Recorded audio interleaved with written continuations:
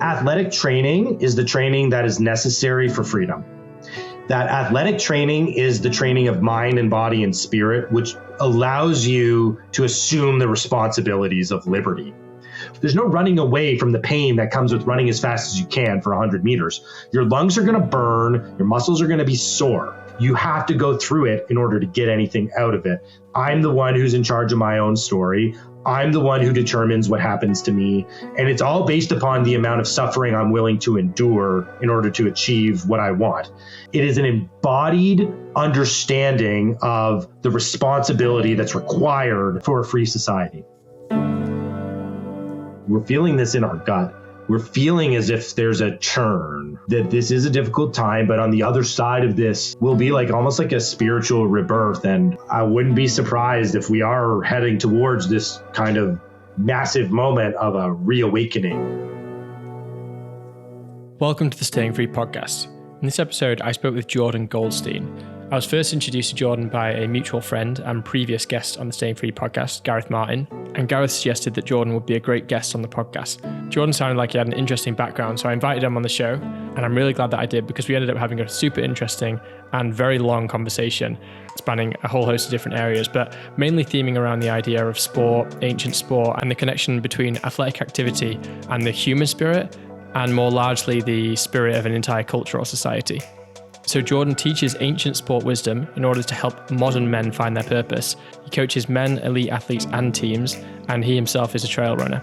It's been a while since I've got someone on the show who I don't know too much about, but I'm really glad that Gareth suggested I get Jordan on because the conversation is definitely different to the kind of conversations I normally have on the podcast, but we went into some very philosophical areas, and having conversations like this where we go into totally uncharted territories really makes for some fresh content. So I hope you guys enjoy it as much as I did. If you enjoy the episode, please give it a like and a share on social media. If you're enjoying the podcast so far, please give it a 5-star rating on whichever podcast app you're using. If you're new here, then welcome. Give the podcast a subscribe for future episodes, and also check out some of the previous episodes, which I'm sure you'll enjoy as well. If you'd like to donate to the podcast, this can be done with Bitcoin, on-chain, and with Lightning. Just check the description to do that. And there's also a link to buy me a coffee there as well if you want to give a fiat donation. Tips are hugely appreciated and will go directly towards the cost of running the show. All right, on to the episode.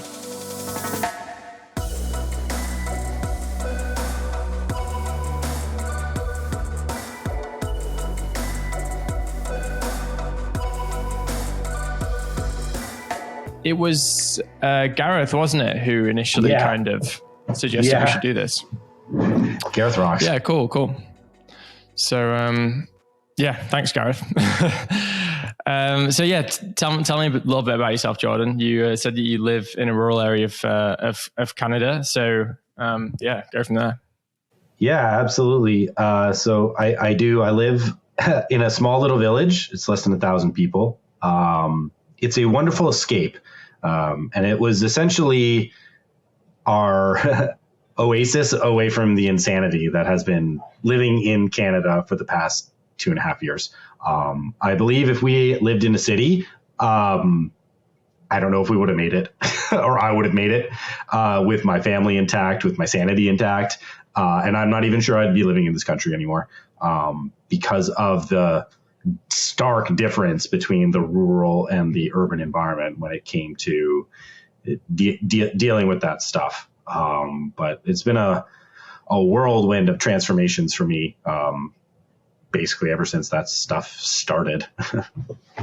Oh, so were you living in the city before kind of everything kicked off in 2020? No, we were living in Toronto, but we had always wanted to get out of the city and get to a rural spot to raise our family in a slower environment with proximity to nature. One of the things my wife and I love to do is go hiking and just sort of like envelop ourselves in nature. And when you're in the city, it's difficult to do that. It's funny because we live in a place now where we used to drive to from Toronto in order to come hiking. We would drive an hour and a half on our weekends to come out and hike on the Niagara Escarpment, which is a beautiful natural feature that sort of runs hundreds of kilometers through Ontario. It's a beautiful big cliff. And now we live about 10 minutes away from it. So it's we've been drawn out here for a long time. And really validated once we had our daughter in 2018. But really stark difference, especially juxtaposed to my friends who we left in the cities and their experiences, especially with the vicious lockdowns and everything that sort of all the craziness that transpired, the groupthink, the discrimination, the pointing your fingers at your neighbors, all that stuff was heavy in the city. When I would go into Toronto, obviously a city of 3 million people, but even smaller cities, a couple 100,000 people, everybody looked at everybody else with incredible suspicion. And it was almost like everybody had their eye out for every other person, and nobody was comfortable, and everybody was sort of like making sure you were doing the right thing or else. And there was this, like, the tension was so thick, it was suffocating.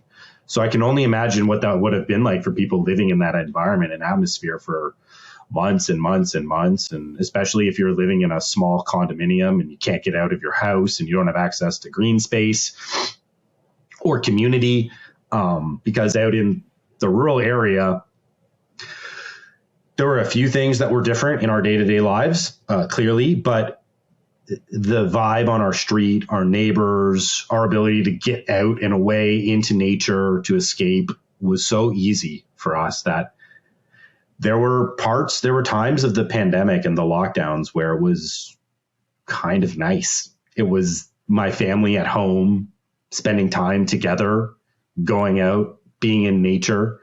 So we were able to really make the most out of it because we live in this separate space, which is slower. It's a more high trust society out here in the country. We live in a place where people will leave like their garden vegetables or the eggs that come from the little chicken coop that they've got in their backyard. They'll leave it out on their front, and it's like, hey, $5, leave the money if you want. Sort of, it's that type of a very high trust society. And it wasn't really as frayed, and there wasn't this idea of like pointing the finger at everybody. So even as the walls were seemingly like crashing down all around us, just the ability to live in this rural, small, slow setting was tremendously helpful in allowing people like me, who very much disagreed with everything that was going on in the country, to have some level of sanity and to be able to still find the good in people, as opposed to making everybody into my enemy, which is kind of like what everybody else did. Yeah, I mean, there's something about cities that's, I think, been exposed through this whole thing. You know, I mean, there's a dark underbelly there. You know, they're great when times are good. You know, I've lived in cities for a long time. I was actually in London during the lockdowns and everything like that. And it was honestly when the charm of that city kind of just left me. I was already kind of tiring a little bit of city life.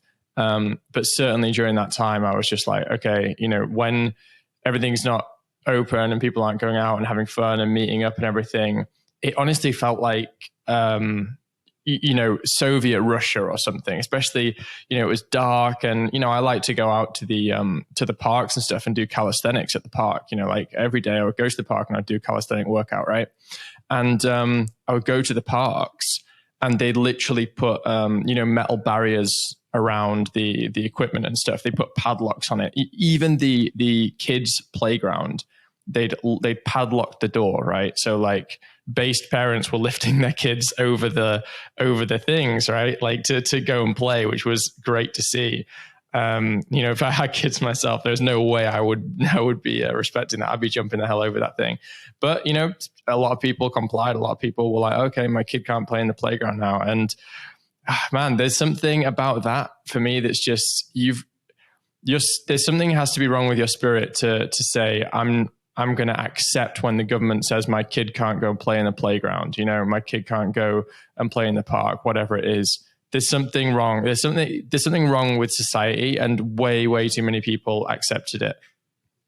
Yeah. I mean, the way that children were hurt, to spare essentially some of the most vulnerable people in our society was, to me, an indication that there was a real spiritual malaise and even like in a spiritual inversion going on into our in our society, because a healthy society is one that protects and celebrates children and doesn't use them as shields for adults, which is essentially what we did over the last 2 years. And I love your comment about like parents without sense just doing what the government told them. It's one of the things about our local community is the parents and the volunteers who run athletics. They went through the hoops, but whenever things were shut down for them, they said, well, we're going to make it work. So for example, we enrolled my daughter last year into her first year of hockey. She's very young. She's 3. So it's more like a learn to skate program. And it's run by local volunteers. It's a completely local thing that's within our little township. But they had to keep jumping through these hoops. You know, I was going to volunteer. I was going to be on the ice. And I remember going to the first meetup, which we did outside. And they were telling us the rules of what was going to be happening. And everybody just kind of laughed at them because they didn't make any sense. And this was at the very beginning of the time of vaccine mandates in Canada. And so the rules for our team were if you wanted to come into the arena to watch, you had to be vaccinated. So you had to show your vax card or whatever. But if you wanted to volunteer on the ice, you didn't have to be vaccinated. So I not vaccinated. And we could talk more about that fun stuff that happened with my career and just dealing with all that crap in Canada. But when I remember when the volunteer said that, all the parents kind of looked around at each other and just were like laughing. They're like, are you serious? Like, that's the thing that they want us to do? And they're like, yeah, we know it's stupid, but like, this is, if we want the kids to be able to get on the ice, and that's the most important thing, is getting the kids on the ice. Well, this is what we've got to do. And then the very next day, which was the day of the first practice, so I was getting ready to go and volunteer, we get the email, oh no, now unvaccinated people aren't even allowed in the building at all. So I was taken right off the ice. And this was a big issue for me, obviously. And my wife and I, we had talked about this, like, well, what happens if they do this? Do we pull her out? My wife she did get vaccinated, so she would have been able to take, she ended up taking her. And we made the decision, we'll keep her in it because it's important for her to do normal kid things, like go skating with her friends and to see the smiles and like see other parents, right? And to have that kind of community spirit. So I sacrificed. I was very upset that I wasn't allowed into the arena. I know that it wasn't necessarily the people in my community who did it, but if they said, no, we want unvaccinated parents to be able to come in, like they would have shut down the entire year for all the kids. And then none of the kids would have been able to play hockey. So then you have to do this trade-off kind of thing, right? Where it's like, well, I'm the adult. If anybody's going to suffer in this situation, it's going to be me. Yeah. I'm not going to pull my 3-year-old daughter out who's innocent in all of this. Yeah. She doesn't know about the vaccine mandate. She doesn't know about the politics around it, right? But there's got to be someone there ultimately who made that decision, you know? So this is the thing, like even if these mandates are coming from top down, there's always someone in the chain there who has that opportunity to say, I'm not going to do it, you know, there seems to be so few of those people, you know? Like I'm sure that you are right. If we were in that position and someone said, you've got to stop people coming in who are vaccinated, we would just be like, I'm just not going to do it. Like you're going to have to come and do it yourself. If you want to impose this mandate, you're going to have to bring people here and do it themselves because I'm not going to do it. There's just so few people in society who are actually willing to take a stand, you know, because this is just so it's so upsetting. You know, you just want your kid to enjoy herself, and you know, you want to be there to share in that. I mean, and they're just taking away these basic human experiences away from people, you know? Yeah, I agree with that. And I'm not suggesting like that I wasn't angry. I was furious. I was furious at all the vaccine mandates. Yeah, I mean, they're immoral and they're disgusting. But then it's like, okay, but they're here, and how do we actually live, and how do we act, and what's the appropriate thing? Am I going to turn every single thing into a political hissy fit? some fights are worth fighting and other fights are not, right? Like the fight against the local volunteers Sure. who are doing their absolute best and who are themselves getting rammed by the bureaucrats. I didn't believe it was my job to go and yell at them. Right. And I was validated by this because, of course, they did the vaccine mandate so they wouldn't have to shut down society. Losers. They shut us down again in January. So they closed all the arenas in the province. So they shut down the hockey. But what did the volunteers do? Okay, we got outdoor rinks. We got backyard rinks. Let's go and bring the kids to the backyard rinks and we'll run the practices there. And guess what? Because of stupid social distancing or whatever, we are only allowed to have so many people, but whoever wants to come can come. So it wasn't their vaccine mandate. They just had to take the gut punch so that they could put it on for the kids, which ultimately I think was the right call. It's like the kids had so much stolen for them. The adults could figure out a little discomfort in order to provide joy and happiness and entertainment and normal childhood things for their kids. Like I'm willing to make sacrifices for my child. Those are the sacrifices that I chose to make. My battle wasn't with the parent volunteers who are in my community, who hopefully I'm going to be spending a lot of time with in the years forward as we build community, right? Like that's not the fight to pick. So I didn't. And this is just sort of like indicative of the rural attitude of like coming together despite all the shit that gets thrown at you. We persevered and we made as best of it as we could.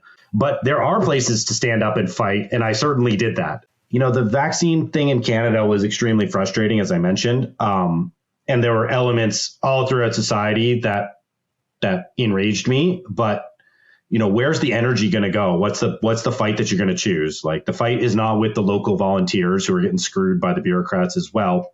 The fight is with the people who are implementing the policies that are directly impacting you. So I certainly stood up and fought, and I fought in a very public way. And that was against the university that I worked at, fighting their vaccine mandate. So we could talk about that a little bit as a more of a sort of like triumphant taking these people on directly and not submitting to their shit, which that was the right play there. Because university administrators and bureaucrats, those are absolutely the people to fight. Those are the people to fight. So what university was it you were working at? I was working at Wilfrid Laurier University. It's in Waterloo, Ontario, Canada. For people who have been following sort of like the free speech issues and battles on university campuses, Wilfrid Laurier University might sound familiar. We were the epicenter of a massive international free speech scandal in 2017 and 2018 involving one Dr. Jordan Peterson. Okay, right. Yeah, I know about that. A grad student named Lindsay Shepherd. So if anybody out there remembers that, that's the university I worked at. And that was my first experience of standing up against the university administration and defending ideas of freedom. I remember the news story. Oh my gosh, I remember it like it was yesterday. It was Remembrance Day or Armistice Day, November 11th. And my friend and I, we were going to see Dr. Jordan B. Peterson speak at an event. And it was that morning that Christy Blatchford published the Lindsay Shepherd story, which was about the university that I worked at and the controversy involving Dr. Jordan Peterson. So it's kind of funny how it all worked. But we ended up creating a free speech club, her two tenured professors, and myself. And I was not a tenured professor. And there were 560 other profs at the university, and none of them supported the student. None of them decided to get behind free speech. And so there was basically just like three of us fighting these battles against the administration, having our talks shut down by fire alarms and protesters and having to get police and all these ridiculous things. So I had already been, I guess, identified as somebody within the university who wasn't going to play by their rules and who was going to be vocal against the administration when I thought that they were doing things that were wrong. And then we got word of the vaccine mandates in September of 2021. And I knew that I was not going to comply. I knew that I would never take this vaccine for my own personal reasons. I don't really care to get into it.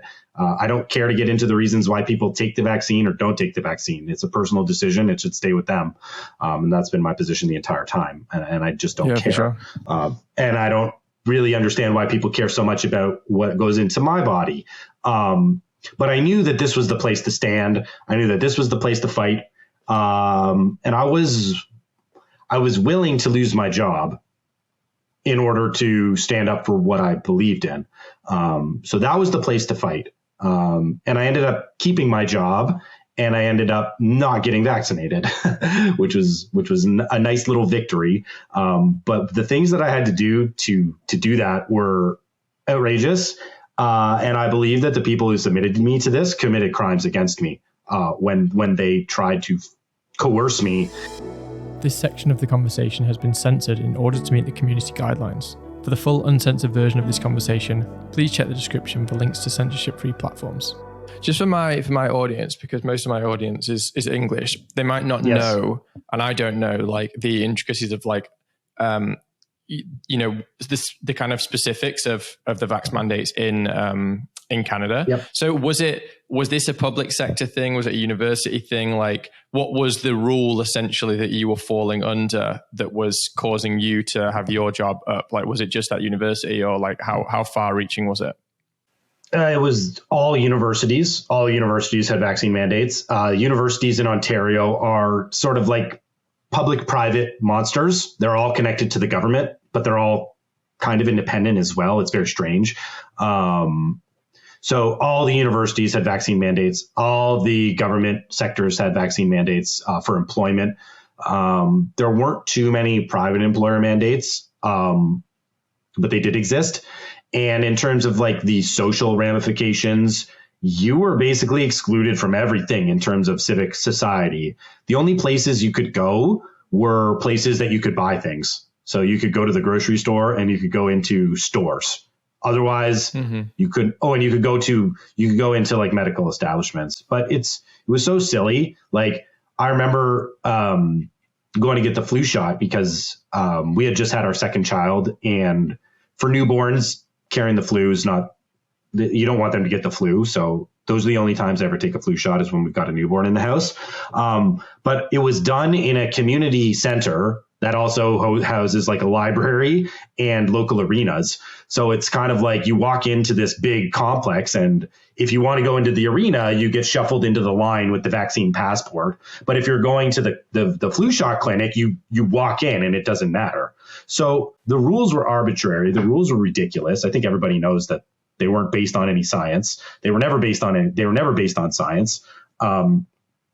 But they were very far reaching, and they were quite destructive in Canada because they created an immense schism in between the population, right? The people who weren't vaccinated became othered. We became second-class citizens, and we became subject to an incredible amount of social pressure to conform. I lost friendships. Family members refused to see me. I have some of the most loyal people that I thought would at least not necessarily like agree with what I was doing, but at least empathize with the position of my life being destroyed and taken away from me. I got none of that. In fact, when I went to all the people who I would have considered my best friends, they kicked me when I was down and threw dirt on top of me. You deserve this. You know the choices. You know the consequences of your thing. It's fine if they fire you. It's okay that people don't want to be with you. You're just being selfish. And you're kind of being crazy about this. All the typical stereotypes, right? And I would never be allowed to defend myself.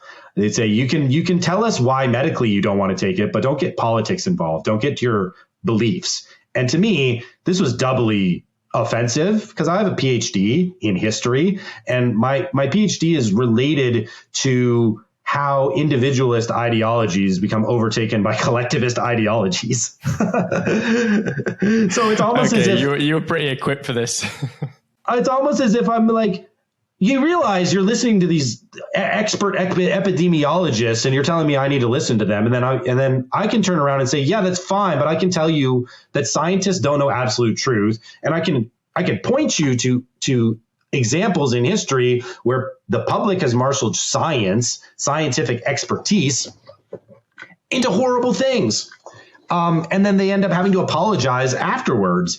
And if you just let me talk to you about it, then at least maybe you can understand and empathize with my position on this. But nobody would ever even let me talk about any of those things because I was a kook, or I was a nut, because I just didn't want to fall in line with everything that I was being told to do. It was shocking. Yeah, it was a very revealing time, wasn't it? It was just, you kind of read about this stuff in history, and then it was like taking place in front of our very eyes. And you, like you said, when I was kind of going through this as well, I was just like, oh, well, of course, everyone's going to recognize this is bullshit. Of course, this propaganda, campaign isn't going to work. And then you realize that it does. And it's kind of scary to see. You look around and you're just like, wow, I'm not living in the world that I thought I was living in, Yeah, 100%. The veil was lifted. And people's characters were revealed. And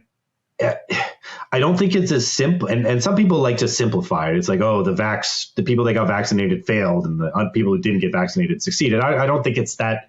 I don't think it's that clean. I know lots of vaccinated people who got it for what I would consider to be legitimate reasons at the time, like for their personal medical health, which is the right reason to take a medical product, right? But we know that there's a lot of people who took it for not those reasons. They didn't take it because they thought they medically needed it. They took it for, I want to travel, or they're telling me this is how I get back to normal after they've abused me with lockdowns for a year and a half, sort of thing. Like, and all those people, those are the people that failed, in my estimation. It's not the people who believed that they medically needed it. I mean, I think you can parse it out. I don't think it's as clean as that, even if it is clear in our minds that the choice was obvious, right?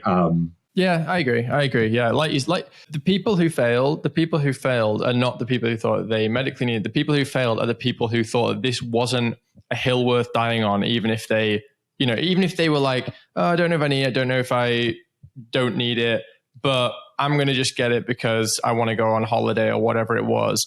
Though, even the people who got it for their jobs didn't necessarily fail, because that might have been a decision of various factors of saying, look, I need to feed my family, this, that, and the other. I can understand it. But it's the people who did it for a kind of superfluous reason, like for some reason it was just totally unnecessary. Like, oh, I want to go to this certain country that requires it, and I just fancy going there for a week's holiday or whatever. And those people who just think, I'm not going to make a stand for something really, really fleeting like that, those are the people I think failed, but not just for themselves. They failed for wider society in general, because they set a precedent for everyone else then.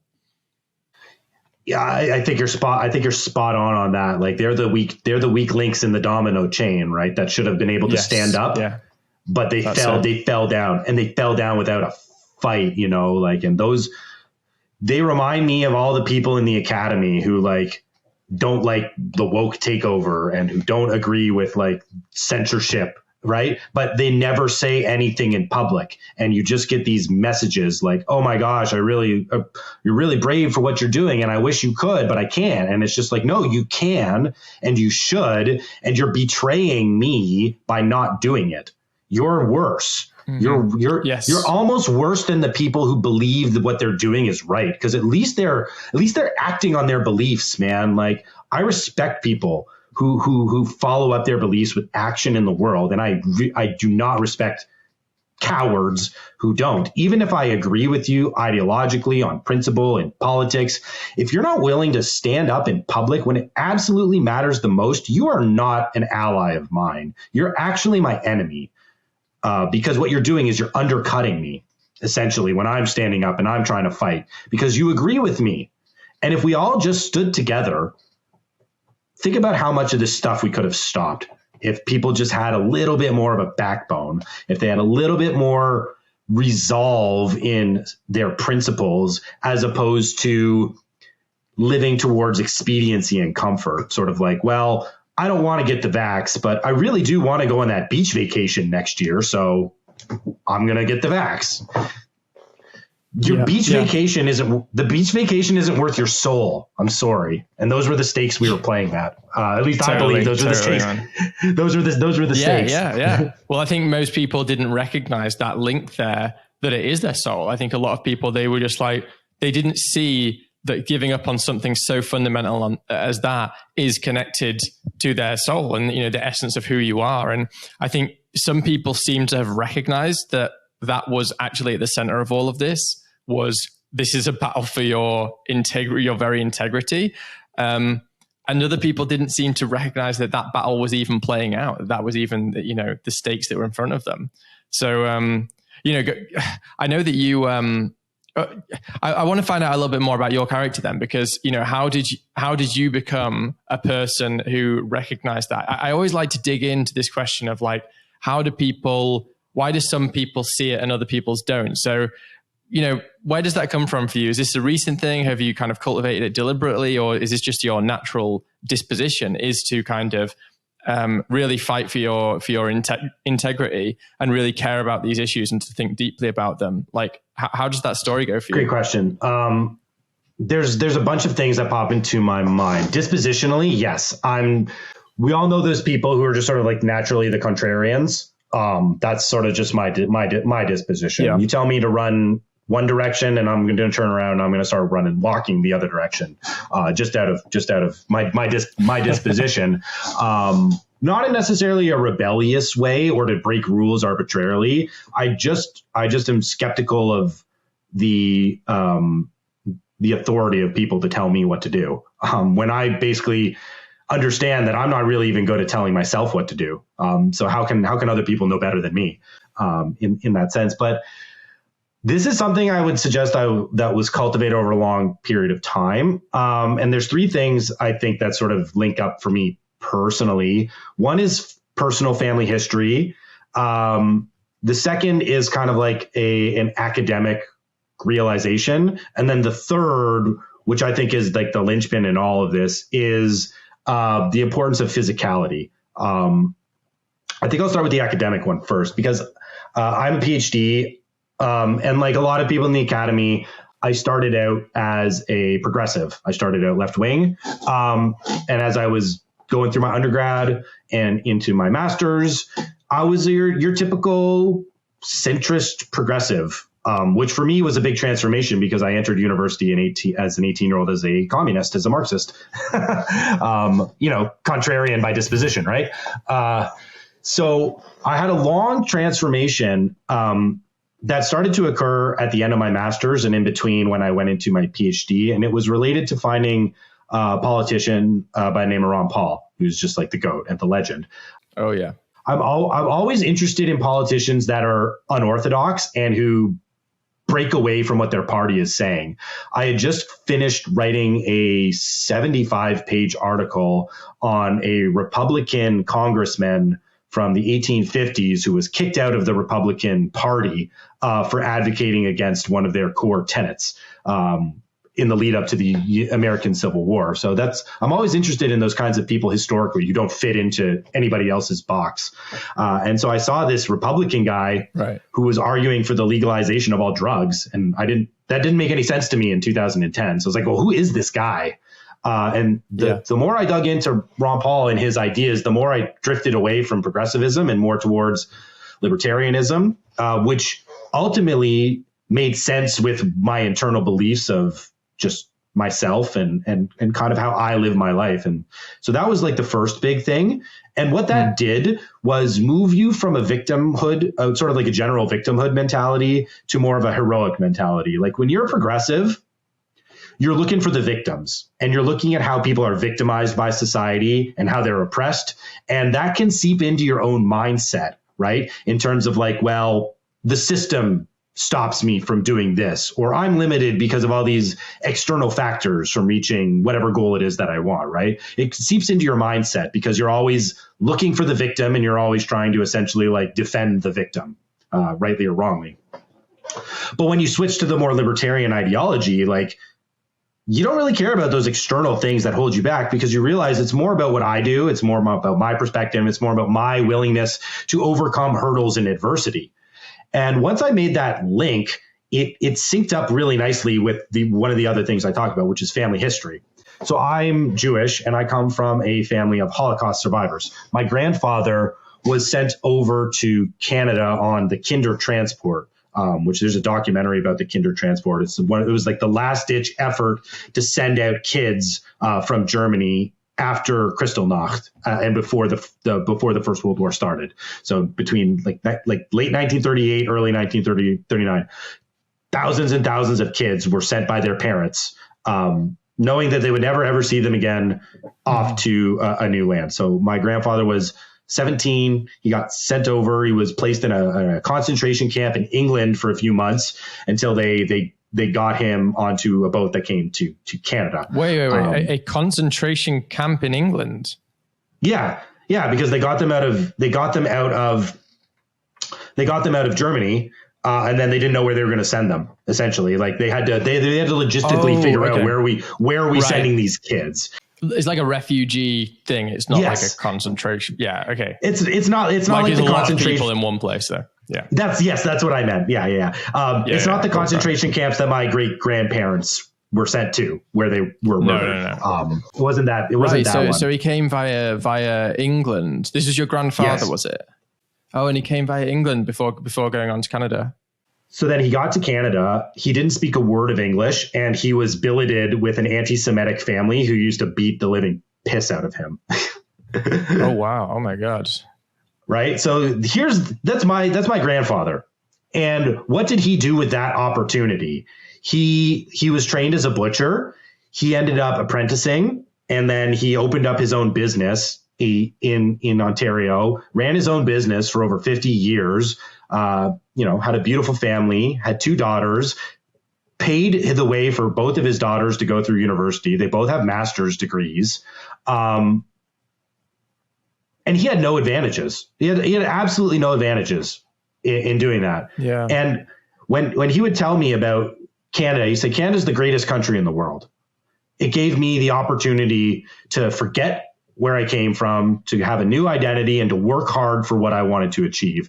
And for him, the hard work was the thing that was the celebration. It was his glory. It was his triumph. It was his way of victoring over all the horrible things that he had to experience, that he knew his family experienced. Right. So you fast forward to some 22-year-old master's student who's now like making mountains out of molehills for all these like bogus problems that don't have anything. And it's just like, how can I, in any good conscience, think of myself as a victim when I know the personal story of my grandfather, who I can go talk to right now? You know what I mean? He died in 2013. So that was a really big thing. That was very powerful for me. So it's at the same time that I moved from progressive to libertarian, that it just synced up with this personal history of struggle and triumph, and just coming from an absolute low position in order to succeed. And then the third part of that transformation was physicality, because at that time I was suffering from really severe kidney stones. They are really brutal. I'll tell you that much. I've heard that it's about one of the most painful things you can experience, kidney stones. Yeah, I ended up in the Emerge because I thought my appendix was bursting. Like it was bad. And when I got to Emerge, I was like one of those special people that they put you right at the front of the line, because when you walk in, you look like you're about to die. That was me. So I got right to the front of the line. It was horrible. But then I was like, well, you've got these kidney stones. So what caused them, and what do you do? What can you do about it? So, the first couple months, it was victim, woe is me, like lean into the victim mentality, try and gain sympathy and empathy, because now I'm like in pain and all this stuff. And it never made me feel very good. I'll tell you that much. Like it was just bad. But then it's, with these other 2 ideas, like of a more libertarian philosophy, and just like thinking about the struggles my grandfather goes through, it's just like, you have to take control of the situation. I'd been going to see specialists and doctors, and everything they told me was crap. Let's just say that. None of it was working. And I started to do my own research, and I was like, one of the things that they say can contribute to kidney stones is a sedentary lifestyle. And I was living a decently sedentary lifestyle at that point. I wasn't like overweight or in bad health, but I wasn't moving a lot. Like I was not moving a lot. And so I took it on myself to start moving more. And I started to swim laps in the pool as a grad student. And I remember going to my doctors and I said, hey, like I found this thing about sedentary living and I've been getting in the pool and it's been feeling really well. Like, does any of this make sense? And the doctors laughed in my face. They basically said, no, it has nothing to do with it.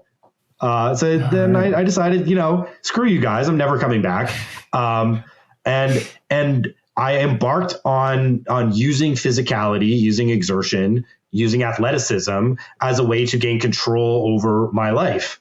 And I didn't really find, I'm not a big fan of like exercises. I really don't like the gym. So I was just looking for things to do. And then I found trail running, and like, this was the thing that I think just like synced everything for me. And I have very deep beliefs about the utility of running and especially running in nature.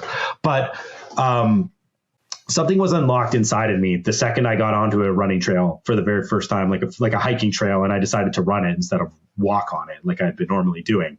And then it was just like, I'm a conqueror. Like I'm somebody who is able to get through the difficulties in order to find the beauty and the value on the other side, right? And it's actually that discomfort and the challenge that makes the thing worthwhile.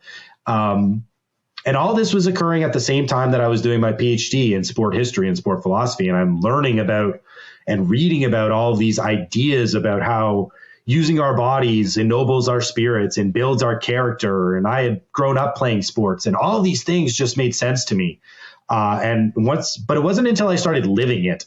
It wasn't until I started embodying those values that I gained the strength to first be able to stand up against the university censorship mobs and fight for free speech. And then absolutely the ability to defend my body from something I did not want to go into it, and willing to deal with whatever consequences came out on the other side. It's those three things in combination over a long period of time that led me to become a person who was able to stand up on principle and not worry about the superficial or the expedient choice in the matter. A bit of a long answer, but I believe that those are the things. And it's not an easy process. It's not easy to become a person like that when everything in society tempts you to become weak and tempts you to just go along with what everybody else is doing. Yeah, no, I think that everyone has their different path to that, and that one about, going into endurance sport. I'm sure there's other people that relate to that being the path. But I think that just having some kind of hardship in your life, whether that's, even whether that's, things being hard socially or things being difficult with poverty or whatever, in your case, it's testing yourself through endurance and stuff. Like, I think there's various ways that you can get to that, but I definitely think that going through some hardship in your life builds character. And just like what you were saying, a lot of the problem with a lot of like progressive types and stuff is that, like you said, they're always trying to eliminate hardship from their lives and everyone else's lives. And, that's kind of noble in some senses, but the problem is you can kind of, if you're constantly saying, okay, well, this person is underprivileged and this person is underprivileged, and we need to, raise everyone up to the same level. Like, that's great if you're also accepting that people are going to start from different points. But when you say, okay, we're going to take away all of the strife in people's lives, right, so that these people who are having a hard time don't have a hard time anymore or whatever, like you said, you end up, people end up just being weaker people. And, I think this speaks to why you get so many people who have had hard times and have come to become big successes, right? Like you mentioned your grandfather and like what he'd come from, and he started his own business and everything and ended up flourishing and sending his kids to university, etc. And there's a lot of stories like that. If you actually look at a lot of, people who are very successful business people, a lot of them are immigrants, like a way, way higher proportion than you'd expect have come from, countries that are kind of pretty bad, that they're violent or they have, terrible economies or whatever. and they've gone somewhere else and then done really well for themselves. And the problem is, we could try to sanitize society and say, okay, well, let's just make sure that everyone's, nobody is underprivileged and everyone is able to live a life of, without any kind of strife or whatever. And then what you end up finding is that those people aren't as successful, right? You actually have successful people through having to go through hardship. And if we sanitize it all out, I wonder whether, some people might never have achieved their success if they had no hardship in their life. And obviously I'm not saying, okay, well, we should make it harder for people. I'm just saying that I think that there's not really a correlation between people, not having hardship in their life and then becoming successful and people having it. In fact, in many cases, I think that hardship can breed the qualities in a person, which makes them successful. Yeah, absolutely. It breeds the resiliency. It breeds the grit in order to stick with something even when it's not going well. And it's funny. You talk to any of those success stories of the people who came from poverty. Yeah, I mean, would they have wished at the time to have not been in poverty, and to have a better or more comfortable life? Yes, but you talk to them as adults, and you ask them what's the cause of your success? They're always going to go back to, it was the overcoming of the struggle. It was the building of character. And they're never going to then, when they're adults, say, I would go back and remove the barriers. They would absolutely never say that, because they know that that's the kind of the crucible that forged them into the strong-minded, ambitious, disciplined people who are able to go and achieve these incredible things. And people, I think, intuitively understand this, the thing that popped into my mind when you were mentioning that was the old saying, shirt sleeves to shirt sleeves in 3 generations. It's like the person who builds an empire or who builds a successful business is the one who starts from nothing, learns all the hard and valuable lessons. They're able to then pass that on to the next generation. So the next generation gets a little bit of that grit, a little bit of that resiliency, but they're not able to pass those lessons on to the next generation because they themselves didn't grow up in the difficult situation, that their parent did. And so you end up seeing the grandchildren of the people who create these big companies or these successful businesses. They squander it all because they have none. They have none of the original characteristics that allowed that initial person to succeed. And so people naturally understand that that's the order of things. And it's also captured in the sort of the meme, what is it? Hard men make good times, good times make weak men make hard times make strong men, sort of thing. Yes. Right. It's, and that's cliched a little bit, but we know it's true. We all know it's true. And what stops us from it's funny because what generally gets in the way is gaming the system. This is one of the reasons why we end up with crony capitalists, is because they end up enacting rules that stop this natural progression of shirt sleeves to shirt sleeves, or the up and comers coming to topple the big behemoths. We see it all the time in a business setting. We all understand it in terms of the cutthroat nature of business. But the progressives who want to get in there and they want to smooth out all the experiences of the world for us, right? To create a weakness, and something popped in my mind when you were talking about this, maybe they want to create weakness so that they can control everybody, which makes really good sense because the progressive mindset is a controlling mindset. I absolutely think that. I think that these people, they know what creates a weak society, and they want to bring it about. I think that trying to breed out kind of strong men in particular, but I would say just strong people more generally, is definitely front and center of the agenda. Yeah, I agree with that. And so it's when you kind of when you sync all those up, it makes sense that people intuitively know that this is true, but we're not getting the social signals that verify it. You know what I mean? We don't see it as explicitly in society as we would have without a lot of the regulations, the rules, and the constraints that are put upon the free action of individuals in society. You know what I mean? Yeah. So going back to so this kind of transition for you when you kind of got into endurance sports and trail running and stuff. When was that? Did you say? That was about 2013, 2014, 2012 was when I made the transition. I ended up getting my kidney stones in 2010, and then I kind of wallowed in victimhood for a little while until I kind of put all the things that I was talking about together. I entered my PhD in January of 2012, and I would suggest that sort of like back half of 2011 and coming into 2012 was when everything really started to click for me. Right. Okay. So yeah, you got into trail running and stuff like that. And you mentioned when you were talking about that you had this kind of almost like a spiritual connection with trail running. Do you mind going into that a bit? Yeah, it's based upon some of my academic work as well. Like I don't work at a university now, but I was a sport historian and a sport philosopher. So these are kind of like my areas of expertise.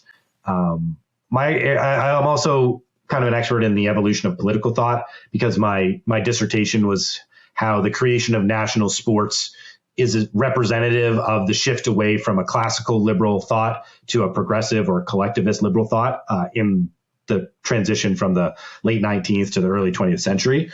So all this stuff is right in my wheelhouse. But it was learning a little bit more of the ancient Greek belief about what sports do and what they are. And as a historian, I'm always interested in the genesis of things. And the ancient Greeks are the ones that gave us the idea of athletic competitions for the sake just of athletic competitions, like without a utility attached to them. Like cultures throughout the world, all cultures throughout the world have physical tests, but they're usually linked to like a leadership position or like a military position or military training or something like that. Like there's an obvious utility as to why we're training our bodies, but the ancient Greeks just trained their bodies for the sake of training their bodies, right? Like the Greeks were aesthetic. They were aesthetically minded. It's like, we'll do philosophy just for philosophy. We'll do architecture just for architecture. Like they were very interested in beauty and they were very interested in those kind of elements of culture. So for them, athletics was the crucible towards personal transcendence, and they could legitimately, in a moment of athletic perfection, touch the fingertips of the gods. This is all based off of kind of like the emergence of the history and the mythology of somebody like Hercules, and sort of the threads of heroism and physical action through mythological tales and heroic poems like the Iliad and the Odyssey.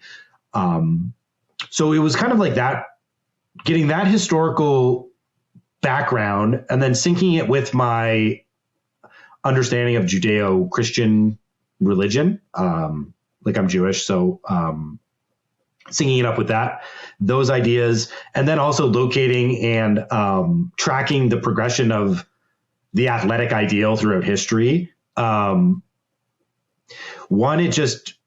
It solidified in my mind that athletics and sport belong to religion. They don't belong to base culture. The fact that we have them as part of entertainment and spectacle shrouds the fact that they come from religion, and just shows me that we misuse and misapply them in our society.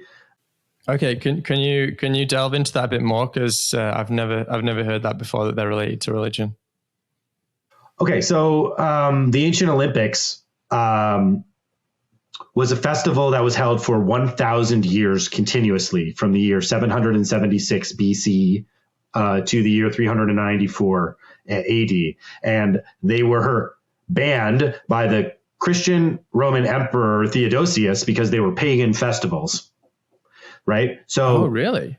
Yeah. And because the ancient Olympics is a religious celebration to Zeus. Okay.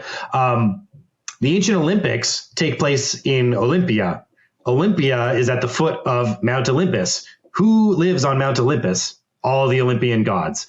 So all of the athletes who compete at the Olympics, before they compete, they all go to the Temple of Zeus. And the Temple of Zeus houses the statue of Zeus. And the statue of Zeus is one of the ancient wonders of the world. It's this massive, absolutely behemoth statue. And all the athletes file in through the temple, and they all swear essentially and give prayers to Zeus before the athletic competitions. So the Olympics themselves are religious. the Olympic competition that a lot of our understanding of athletics comes down from were religious festivals. The very first written account of athletic competition in world history comes to us from Homer, and it comes to us in the Iliad. So if people are familiar with the Iliad, they might kind of know what I'm talking about here. But I'll just set the scene a little bit. The Iliad revolves around Achilles and sort of his like, will I fight? Will I not fight in the Trojan War? So there's a part of the Iliad where Achilles, it's depending on the sources you're reading, it's his cousin, like it's his closest friend, or it's his homosexual lover, and it could be all three. We just don't know. Patroclus, like Achilles doesn't want to fight, and Achilles is the best fighter in the Greek army, and all the other soldiers basically can be like stirred to fight if they see Achilles, or they're just going to be like, I'm not going anywhere without Achilles. So Patroclus takes Achilles' armor, like to imitate Achilles, inspire the troops. Everyone kind of looks out, they say, oh, Achilles is fighting. So they all go and they follow Patroclus. Patroclus finds the Trojan hero on the other side. That's Hector. They engage in one-on-one battle, and Hector kills Patroclus. Spoiler alert if people haven't read the Iliad or they want to go watch Troy. Sorry about that. Troy's actually not a bad movie to understand this. That's the one with Brad Pitt and Eric Bana and Orlando Bloom. It was, I think, 2004. Yeah, it's not a bad one, actually. It's not bad. It's pretty good. But whatever. So then Hector pulls off the helmet and he realizes, oops, I did not just kill Achilles. I killed somebody else. This is really bad. Achilles is enraged. He challenges Hector to one-on-one battle. He kills Hector. He desecrates his body. It's a big deal because the body there are particular rites. There are religious rites that accompany a fallen soldier or a fallen king or a fallen prince that's going to transfer their soul from the world of the living to the world of the dead. And these are very important. They're very important religious rites. Like the king of Troy comes to Achilles' tent in the middle of the night and is like sobbing and pleads with Achilles, like, please return the body of my son so that we can bury him. This is after he's desecrated the body. And it's still not even sure if Hector is going to be able to cross over or not. He does. And then he's got to do the same thing for Patroclus. Patroclus's soul has to be ferried from the land of the living to the land of the dead. How does Achilles do this? He holds athletic contests and a festival, essentially. So at the funeral, it's a funeral rites. A funeral rite for a fallen soldier in this archaic Greek world, or the Homeric Greek world, pardon me, is to see how fast we can run against each other. How can we wrestle each other to the ground? Can we box against each other? Who can throw the longest discus? That's what Achilles does in order to prepare the transfer of this soul of a fallen warrior.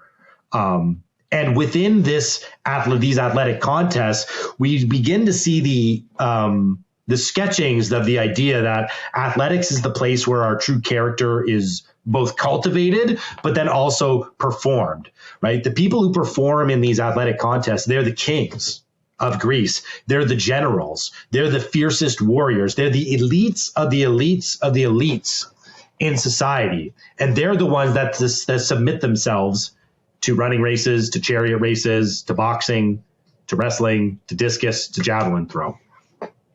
And so the very first time we even hear about athletics is in a religious framework. And that just sort of punctuates my understanding of them, and especially because of this moral part of athletics, right? If athletics teach us to acquire, if athletics are a place for us to acquire character and then to display it and perform it in front of other people, well, that's kind of also in the realm of religion, right? Religion tells us what's good and what's bad in the world. It tells us how to behave and how not to behave, right? It's related to our moral foundations, right? So if sports' role in society is to engender positive character traits and then give us a place to display them and execute them and perform them, to me, that speaks, again, more of a religious nature than spectacle or entertainment or the things that we generally associate with sport in our contemporary society today. So that was a bit of a long-winded answer. That's prof mode. I apologize about that, but hopefully that got a little bit to the answer. But if not, let me know, and I'm happy to go even further into it. Yeah, for sure. Actually, just when you were talking about that, it reminded me. Here in Mexico, we've got like a lot of these ancient kind of like pyramid structures and stuff like that were built by the Mayans, and I think maybe the Aztecs as well, but certainly ones that I've seen were Mayan ones. And they had this game. I mean, I'll probably be trying to teach the professor something he already knows here, but they had this game, which it was almost like they had a hoop where you throw a ball through, and the ball was made of something really heavy. I don't know exactly what it was, but they would almost like do keepy ups with it in some way, like between them, and then they had to get it in the hoop. And the interesting thing was they would play this game. It was the game of the culture, basically. They had this big square type thing where they would play it. But at the end of the game, the winning team their captain got sacrificed, basically, right? So they would win the game. They would be trying to win the game. And when they won the game, they would come and they would just stab the winning team's captain, right? And I just found this really amazing that a culture could emerge whereby they believed that this sport was kind of so sacred that they were literally willing to play the game, win it, and then have their captain killed. So they kind of you would think, oh, well, I'm going to try and lose, right? If we did that today and we said, hey, by the way, we're going to play a game of football, the winning team is going to have their captain sacrificed. Well, nobody would score a goal, right? Everyone would be like, well, fuck that. I don't want to be the first to get killed. Yeah. But this culture, they killed the captain. And I find that amazing. And I think that maybe is along a similar lines of what you're talking about, that they saw this intrinsic link between the nature of playing sport and becoming closer to God. They genuinely thought you were going to go and be amongst the gods or whatever.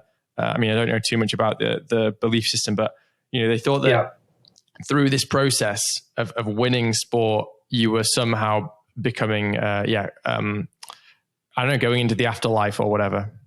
Yeah. That game is sort of shrouded in a lot of mystery. We don't necessarily know what the outcome was.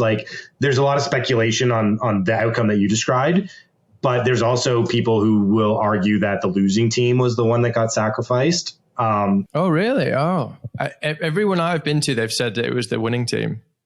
That might be true. When we're talking about the Aztecs, it's difficult. They have, there are kind of a few, this is just my personal take on it. There are a few civilizations in history just that stand apart that are so unique that it's almost impossible to compare them to others. And the Aztecs is one of those cultures. They have such a unique belief system. Their society is essentially sustained through live ritual sacrifice in order to keep the world turning. They believe that the sun needs fresh human blood from a beating heart in order to rise every morning. So their entire society is essentially built around human ritual sacrifice. So that's why sacrifice is such a high place in that society. But we don't know. We don't know if the people that were playing were captives. We don't know if they were volunteers. Right. We know it's kind of likely related to the military. It's one of those games that's shrouded in mystery. But if everybody in Mexico, if that's what they're saying, then that's likely the consensus that's emerging around this. And I do think that take is really an interesting one. And but here's the difference. Okay. Here's the difference.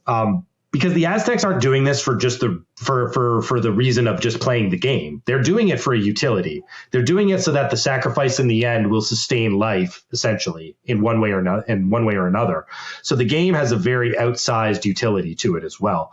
For the Greeks, I can tell you a story, and this is one of my favorite stories from the ancient Greek world in terms of athletics that gets at that same point, but relates it more so to this idea of individualism, freedom, liberty, individual flourishing, and the ability for individuals to make of their lives what they want. Because one of the incredible things about my study of sport is there's really two societies in the history of the world that have given us sport. And really it's one. the Greeks, the ancient Greeks, the classical Greeks, they gave it to us. And then it was the Victorian Brits who essentially revived that idea.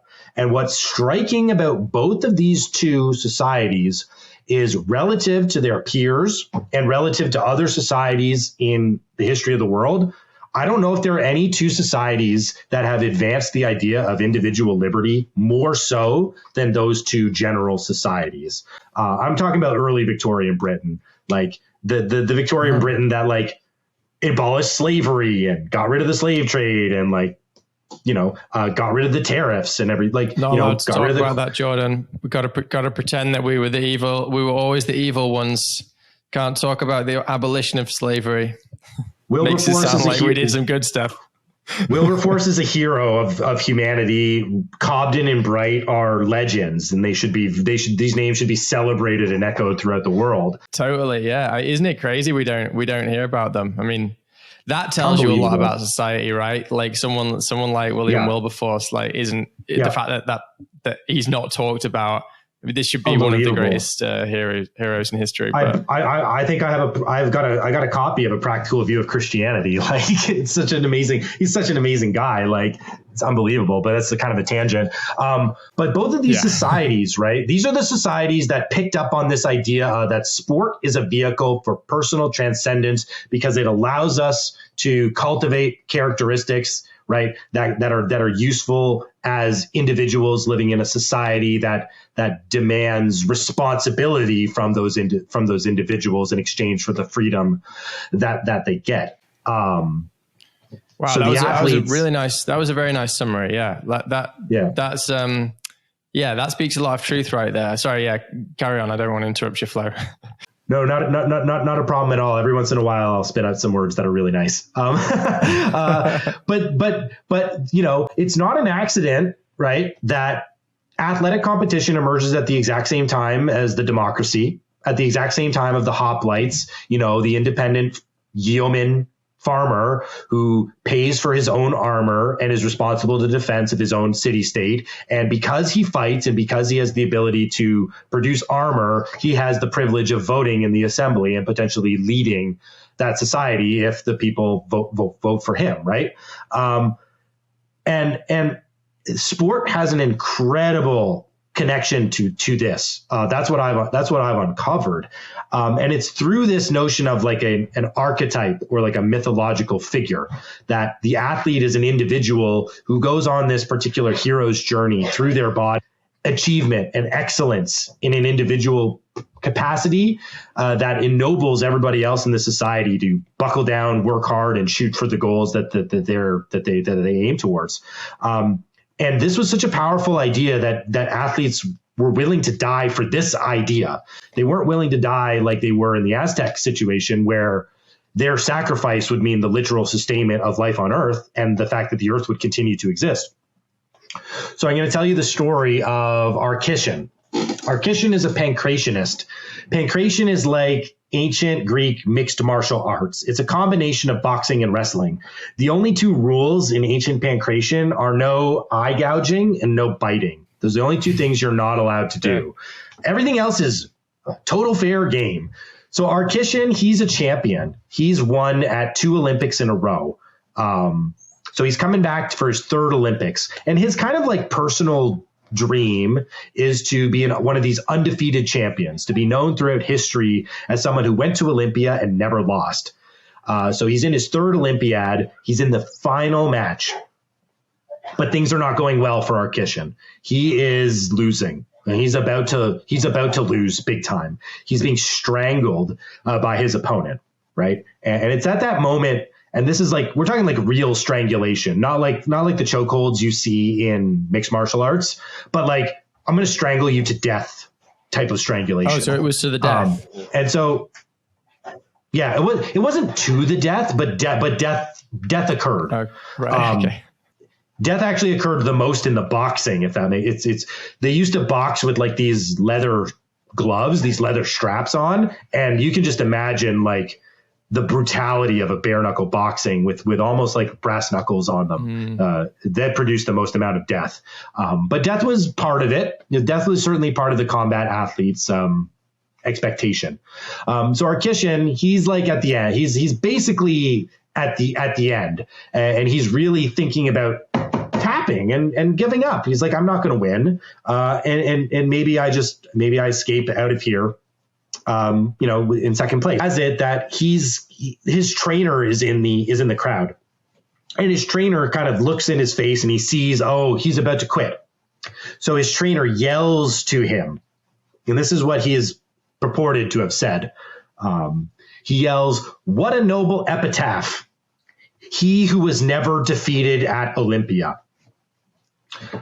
So for those who don't know what an epitaph is kind of like the phrase that goes on your tombstone. It's like the thing that sums up your life after you're gone. So he yells at Arkishin like, hey, this can still be you. You can still be known throughout history as a person who was never defeated at Olympia. But you've got to go through the ultimate struggle. You got to go through the ultimate sacrifice in order to achieve that glory unto yourself. So in his last breath, in his last energy, Arkishin grabs the toe of his opponent who's strangling him, and he snaps it. Damn. At the very moment that Arkishin snaps this guy's toe, he dies from strangulation. It's like the ultimate drama you can imagine, right? So now the judges, they're left with this pretty interesting scene, because when Arkishin breaks this opponent's toe, the opponent gives up. So the opponent gives up at the same time Arkishin dies. And so they're like, well, what are we supposed to do? I think you know where this is going. They pick up the dead body of Arkishin, they put him on the shoulders of the crowd, and they give him the olive wreath, which is the trophy that all the ancient Olympians win. That's the only thing they get, is this olive wreath, which disintegrates by the next day. So the guy who's willing to die in order to win is the one who is proclaimed champion. And one of my favorite parts of this whole story is they didn't even bother telling us the name of the person who quit. He's just known as whoever he was. Yeah.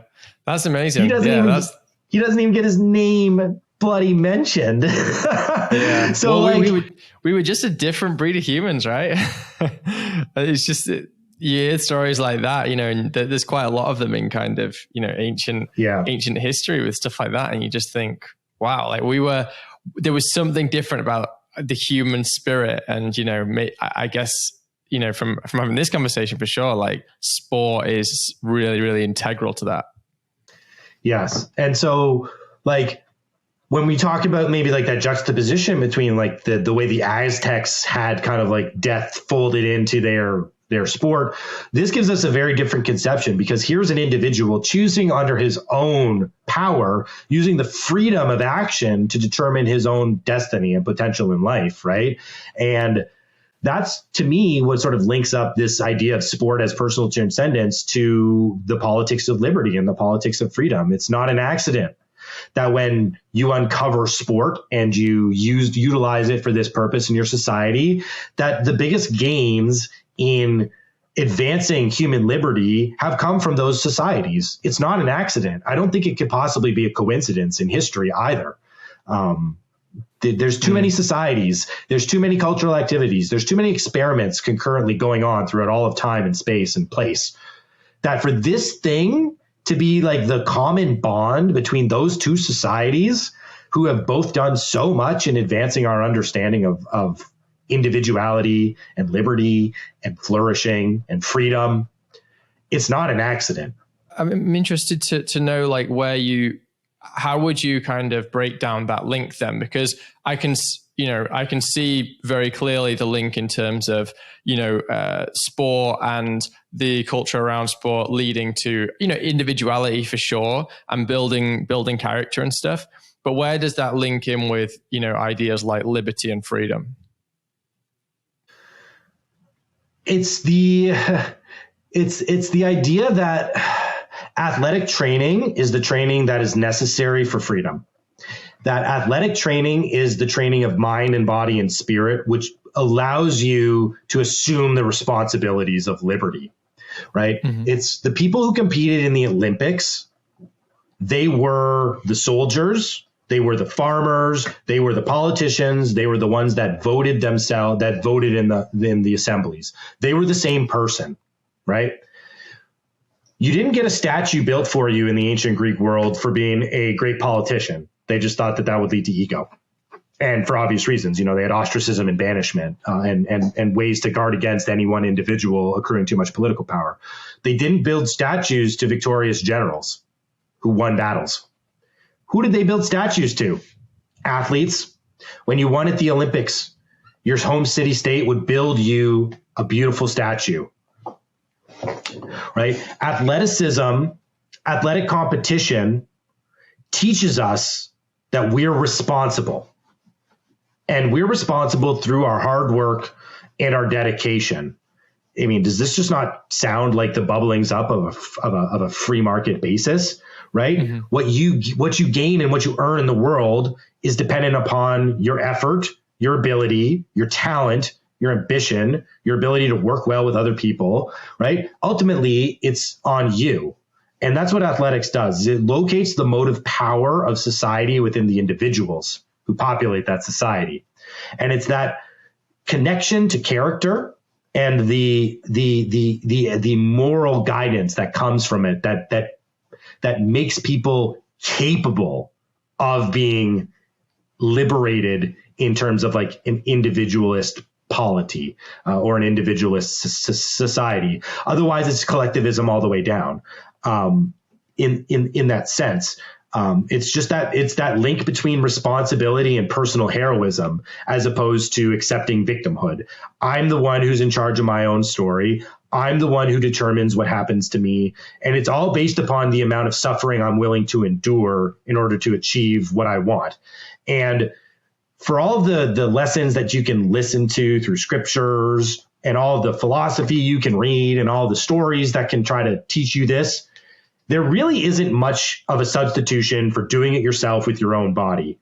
Running a sprint, doing a 100-meter race, there's no running, pun not intended, there's no running away from the pain that comes with running as fast as you can for 100 meters. Your lungs are going to burn, your muscles are going to be sore, right? You have to go through it in order to get anything out of it. That's what athletics, that's what sports teaches you. And it is an embodied understanding of the responsibility that's required for a free society.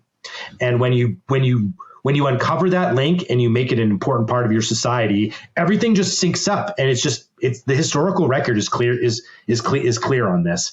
And then when sport gets debauched, which it always does because humans are fallible and we ruin things, then you start to see a tilt away from that. So we move from the Roman democracy into the Roman Empire and the spectacle. We move from the amateur.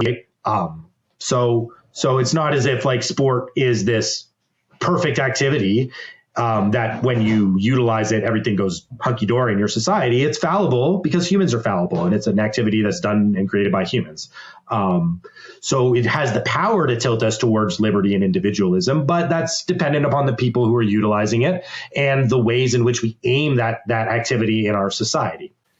Yeah. Does that make sense? Yeah, for sure.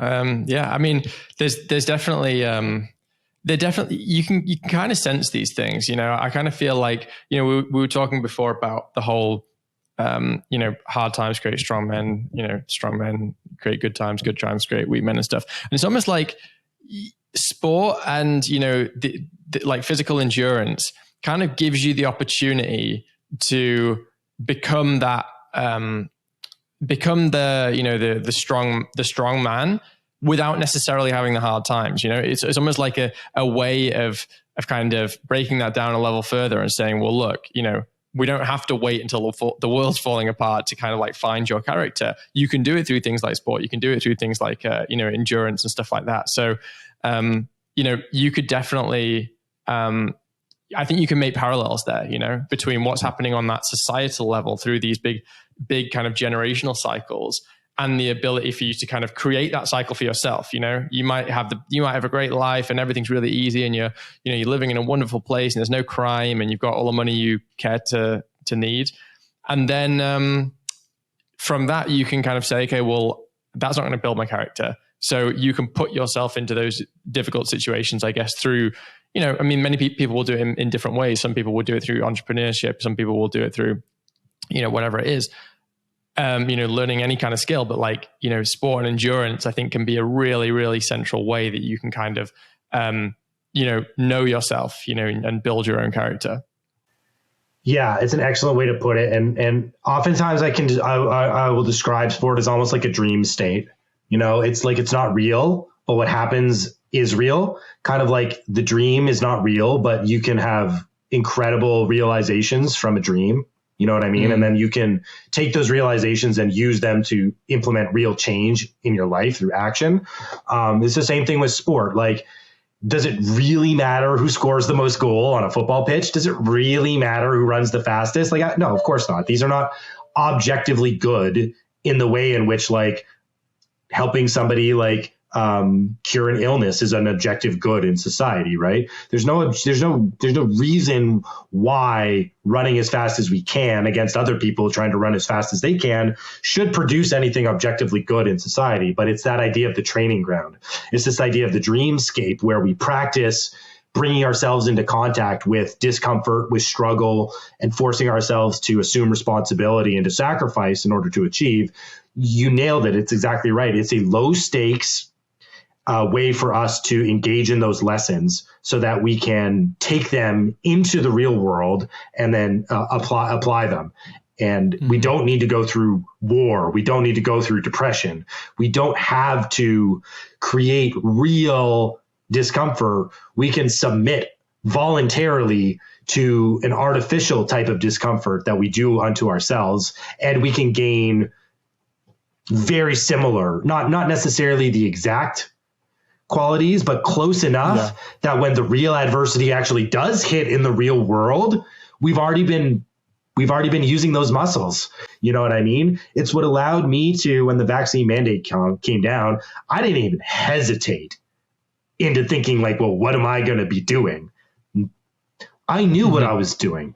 I knew the stand that I needed to take. I knew that where I was going to be pushed, and it wasn't any farther back from where I was currently standing at that moment. And it's because I do things to myself that other people look at me and they say, "You're kind of crazy, man.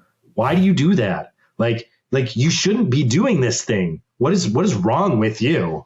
And to that, I say, you're right. There is a little bit something wrong with me, and y'all just don't get it in that sense. So I think you did a really good job of translating that idea. And that's, I believe, what ultimately puts sport back into that spiritual, religious mode, because it's a place where morality is learned and practiced, and then ultimately our place of sort of like a reserve of experience for when we really need our spirits to be strong. We've got that in our back. We've got that in our back pockets, but only if you do sport in the right way. And only if you understand that that's the reason why we have sport, and that's the reasons why you should be participating in it. And even when you're watching it, those are the things that you should be looking for. Right. Okay. So for people who, maybe kind of aren't into sport, or, who might be listening to this and thinking, okay, this is something I want to go through. I want to build my character through sport. What would you recommend for those people to kind of get started in building that character? Okay. So the first thing that I think is extremely important in all of this is loving the way it feels to move your body. I don't believe that any lasting change or transformation comes from a place of external motivation. Anything that is going to be transformative, and especially if you're talking about acquiring virtue and moral character that will allow you to have a spirit that's strong enough to stand on principle, you have to do something that you just want to be doing. You have to start with love. That's why for me, trail running was it. Because the moment I got on the trail, I fell in love with the way my body had to move in order to get down that trail in a fast way. I loved how none of my steps were the same. I loved how I had to take short steps to get in between some sections. I had to take long jumps. I loved how I couldn't really even see where I was going because, in a forest trail, you're weaving and you're winding. And so everything is it's very dynamic. There's not the ability to, at least when you're starting, there's not the ability to like turn your mind off. Once you get good at it, you can, but it's not like running on a treadmill or running on a road where it's just like a straightaway, So my advice is start with a sport or a physical activity that you love to do. Do not go uphill. I hate going to the gym. You're never going to find me inside of like a gym doing weightlifting because I don't like it. It doesn't speak to my body. Yeah, same. I do resistance. It feels really sanitized to me, gyms. It just feels I feel like I'm on a, like on a conveyor belt almost, just going through and being like, now I work this. And I always work out outside. I just find it so much more, I'm just so much more connected when I do that. Yeah, I'm the exact same way. So like there's the sterilized environment of the gym. You can go to like pretty dirty and dingy gyms though, that you go in, you're like, oh my gosh, a bunch of savages must live here. But even absent that, it's just like, if I'm going to the gym and I want to work out on a machine and somebody's using it, now I got to wait. And I'm like, I'm not doing that. I don't want to wait. I want to be able to move my body on my own schedule, sort of thing. It's a very selfish way of thinking about it, but like that's part of the hang up for me, as well. So find something you love to do, and for a lot of us, playing a sport is a lot easier than going and doing exercises. It's a lot more fun, to play a pickup game of footy, with your friends, or to go grab a basketball and shoot some hoops, right? So that's really my biggest advice. Fall in love with moving your body, and then you'll want to do the hard work in order to get better at doing it. I lift weights. I do resistance work. Not because I love doing it, but because it helps me on the trails, and it also helps me with my other love, which is golf. I love playing golf. And I think golf is golf is powerful. Golf is a powerful sport for the mind. I'm not a golf fan at all. That's where we're going to diverge here, Jordan. Yeah, that's okay. That's okay. Maybe I'll convert you over time. Everyone says my dad's a huge, he's an absolute golf addict, and he's like, oh, you'll reach a certain age, and he's like, you'll suddenly like golf and you'll play it, and I'm like, it's not going to happen, Dad. And we'll see, but right now I can't see it happening. Yeah. No, that's fine. It's so for me, if you were if it was your question, you're like, hey, I don't work out and I want to figure it out. I'd be like, well, definitely don't start golfing. Cause you hate that. Don't do something you hate. Think about something that you love. Or if you don't know what that is, just start experimenting. Go try a whole bunch of different things. Try new things you've never done. Go to the gym, jump in a pool, get on a bike, just try a whole bunch of different things until something clicks. Mm-hmm. It's just like any other sports, like any other cultural activity. It's like music or art or literature or food. It's some things you're going to like about, you don't like every kind of food, but you've got a favorite kind of food. Same with music. It's you like to listen to certain kinds of music, and other types of music, when somebody puts it on, you're running out of the room. Same thing with sport. So don't think that you've got to do it in any one particular way. Start out with love. Find something you love to do. You'll be internally motivated to do it. You'll find a community, and then that natural internal drive of, I want to get better at this because I really enjoy doing it, and I want to improve, and I want to acquire talent, and I want to have skill. Well, then that's going to push you into, oh shoot, maybe I got to work on my cardiovascular. Maybe I need to go for a run. Oops, maybe I need more upper body strength. Shoot, I got to get into the gym and lift weights, right? But you'll have this drive within you to get through that discomfort. And the more discomfort that you expose yourself to, the easier it is to jump over those hurdles, and creates a positive feedback loop. Yeah. But without love as the engine, very difficult to start, very difficult to keep going. You've got to be an extraordinarily disciplined individual. And even then, I believe you'll begin to discipline yourself more like a bully than you will be sort of pushing yourself forward through positive discipline. It's kind of we all understand the authoritarian, the coach who just yells at you, or the teacher who's got the ruler who'll smack your hand or whatever. It's you can get results that way. Absolutely. But are the people who are giving the results really happy about it? Are they really happy that you're coercing them and threatening them? No, you're never going to produce your best work doing that. You will have outcomes, but it's not that love, that internal drive. So discipline's important, but I think love is more important. So that's my advice. Nice. Yeah, great advice. Is there any more topics you wanted to delve into before we shut this down? I mean, like, we could maybe dive into a little bit more of like the political. There are really strong political reverberations throughout both the societies and history that relate to it. There's philosophical things like tracking the idea of individualism through Aristotle and St. Thomas Aquinas. Like, there's deep shit that we could get into, but I'm not sure if we need to go down those roads, to be honest. I think there's a lot of stuff there. I could talk forever about this stuff, so I'm the worst person to ask. Is there anything that you think that I could talk more about, or experiences? No, I mean, I think that was a really nice primer. I mean, I've definitely like learned a lot through this, but also like, I don't know, you can kind of just get a sense for it, like looking at these societies like we were talking about, you can kind of just sense that they had a different like character about them, the people within them and everything, and sport being so central to that. And like you said, the kind of the celebration of the elite sports person and stuff. And, like you said, I think aside from a kind of decline in general character, I think now that we see in a world where now, you've gone from stuff like this where people would fight to the death in these arenas or whatever for the integrity of their name or whatever it is, or to kind of to try to self-actualize. And now we're looking at a world where people just want to like sit at home and, wear a mask and not go anywhere because they might, get a virus, and they're willing to literally give away any freedom for their safety. And I think that there's a connection there. And, but I do hope, and I believe, but I also hope that like what we're going through now in this change of society, like as hard times become much more, much harder, really, and they seem to be getting harder by the day, that we are going to have a reversal of this trend. I think that we're kind of overdue for a correction now.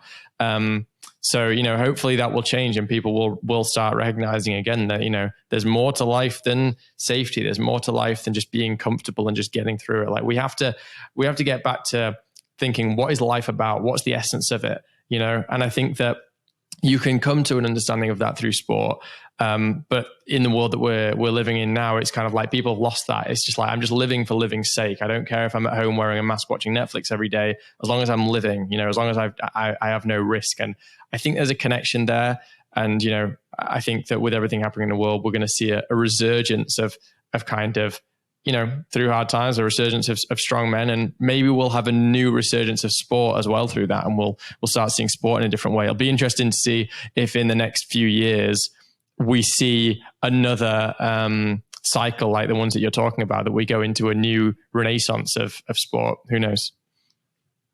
Yeah, I mean, that would be the hope. And it certainly feels like we're going through some big kind of shift here in terms of like collective consciousness or something like that, Yeah. like Totally. I don't know. I mean, certainly we can't describe it with any kind of real accuracy. But I think the people who are probably listening to this podcast feel it in their guts.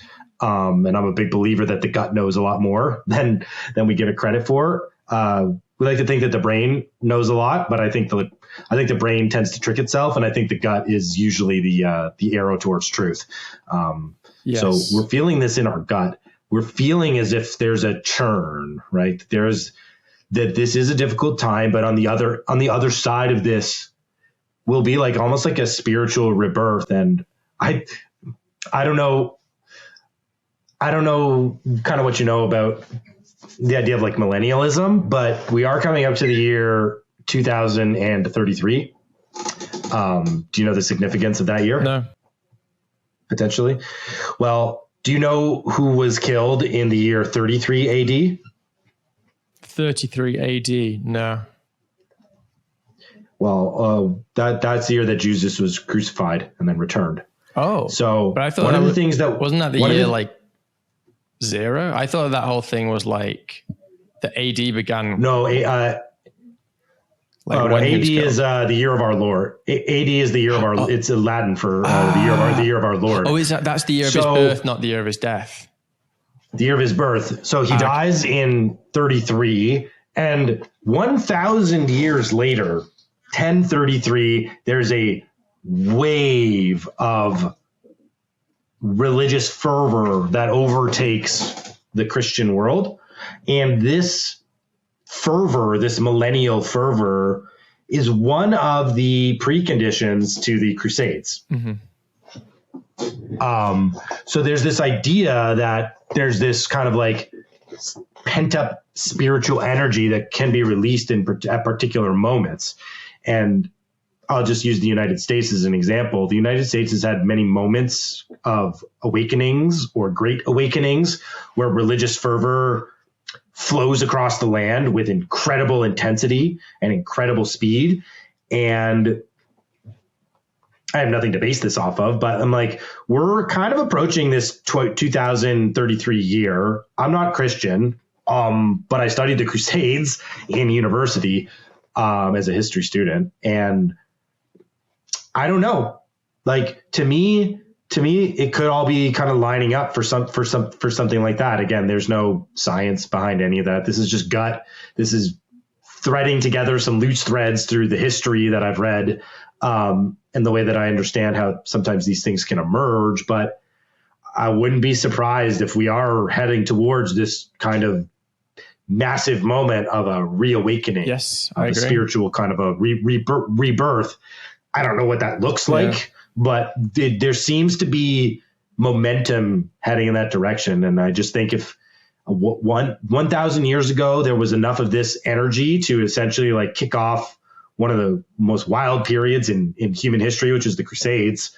Well, shoot, who knows what could be happening? Who knows what could be happening with us, with all of our technology and all the connections that we have? If that energy thing is real, well then, shoot, we could be hurtling towards something like that. Is I don't know, beyond certainly my ability to predict. But as sort of I started off, I think there's the gut feeling that we're moving towards something like that, and there are little road signs that maybe the gut is telling us something important. So that's my hope, is that a kind of a reawakening of consciousness that points us towards like the higher values that we should be striving for as humans.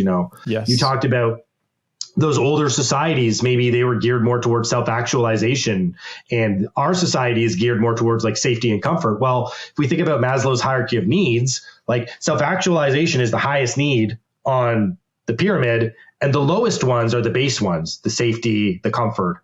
And our societies are essentially limiting us, or limiting the vast majority of people from moving up the ladder of that hierarchy of needs, right? We're not able to self-actualize. Most people, they don't even think about self-actualization because society is imprisoning them within the lower bound of their potential. So hopefully whatever this change of consciousness or the spiritual awakening, what it does is it removes those limitations that society is placing upon the vast majority of individuals, and allowing the vast majority of people to aim towards that self-actualization, as opposed to being content with the base comforts of life. And that's like a beautiful full circle to what we talked about initially. It's kind of just like, well, how do you become a person who's willing to stand up for principle? Well, you aim towards self-actualization instead of security. Totally. Yeah. And I think I actually think that that's the natural state for that's the natural human condition in my view, is that you do aim for those things. Because I think once you kind of find it, and once you like orientate your life towards that path, you realize like how necessary it is, and how like it feels integrated, it feels integral, it feels integrated. And I think that that's the natural state for a human. And I actually think that the last, I'm not sure how long you could say that it's lasted, whether it's, hundreds or thousands or whatever it is. But as we've kind of gone through this like general like decline to this kind of society we have now, which is, incredibly just safety orientated, and, doesn't seem to kind of like want to explore these bigger ideas or care much about, like self-actualization generally. I think that that's a deviation from the norm. And I think that, you need these corrections in society. And, I've had a couple of conversations in the past, like even on this podcast, like about how maybe everything that's happening now is a kind of shock to the system to get us back to that, to kind of get us back on that path. I had a really good conversation with a guy called Joel Rafidi, which was kind of like one of my earlier episodes. I definitely recommend checking that one out to anyone who's new listening, or yourself as well, Jordan. Like the way that he talks about this, it seems to make a lot of sense to me. He was basically saying, because we've created this society where you don't have like a hero's journey happening on an individual level, everything is just like easy and there's a straight path for everyone, and you go to school and you do this, and maybe you go to university and you get a job and all that stuff. But there's no hero's journey that's kind of built into modern society or modern culture, which was built into previous cultures, and even some tribes and stuff that exist today. And in particular, things like the Aboriginals and stuff, like they send their boys out to become men. It's like, you kind of like get externalized from the tribe for like 2 years or whatever, and then when you come back, it's like you've learned all of this stuff that you need to learn to kind of become a man and to become a leader. And he was saying that like through this, because we don't have that process in mainstream kind of Western culture, like we had to have this big shock to the system, and COVID is that shock for us. And not just COVID, but all the restrictions and this kind of like tyranny. It's like now we're all having to go through this collective process of kind of coming to character, or coming, this kind of self-actualization process, which has been caused by actually having to fight for something for once. And I really like that idea, and I definitely I feel like there's some truth there. Yeah, it's a beautiful idea. Mm. All right, man. This has been awesome. Let's not keep it going any longer, because we've already gone quite a long time. But it's been super, super interesting. I really appreciate you coming on and sharing all of your knowledge and ideas. Do you want to just let people know where they can find you, and then also just any kind of final parting thoughts that you have? Yeah, sure thing. So come find me on Twitter. My handle is @JB _ Goldstein. You'll see me talking about sports, their value. I do run a coaching and consulting business that utilizes this information to create like actionable and immediate change in individuals' lives. I've worked with athletes. I work with coaches. I work with just off the couch people. I work with a whole bunch of different people. So if you kind of enjoy what you've heard today from my perspective, shoot me a DM. They're always open. Ask a question. But one of the values that I utilize sport to do is to show people how they can use it in their own lives to create that inertia that puts them on their own hero's journey towards their best and brightest potential, whatever that is. And a final closing thought. I'm gonna do kind of a bastard thing, and I'm gonna put a closing thought that is a big cliffhanger. And that will hopefully elicit more questions than answers. Good. It's a good Socratic practice. It's a good professor practice. Maybe not so much for closing off the story, but certainly for creating intrigue. The final thought, and it has to relate to what you were just talking about. It's like, well, what has really been the process that has been leading us towards like a societal decline? And one of the things that I believe is truly definitive of that is the ascension of the mind over the body. And we can think about that as like the ascension of science to the top of the totem pole of what constitutes truth and knowledge in our society. When you do that, what you end up doing is you create a schism between the conception of body and mind being unified, and you end up more with like, well, the body houses the soul, the body houses the mind, and it's sort of like this utility vehicle that gets us around. This is sort of like a couple hundred years of reverberations of like Enlightenment thought. In particular, René Descartes, who's the one who separated the body and the mind in order to advance the science of medicine, in order to cure people of illness and sickness, which has given us lots of good things. But it's like it inverted the balance, and it has actually tilted us far away from our ability to understand ourselves as embodied creatures, as people with a body and a mind that are connected as one.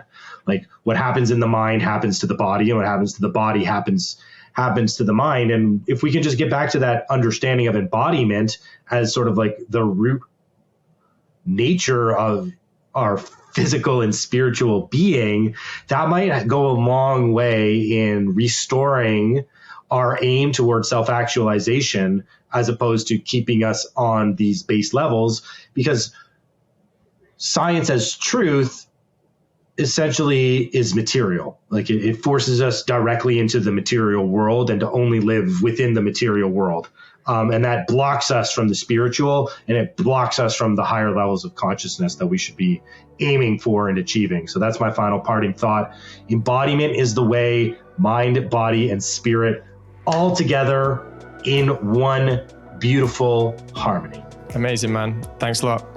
Cheers. Thank you for the opportunity. This was amazing. I had an amazing time. This was super cool. Likewise. Thank you.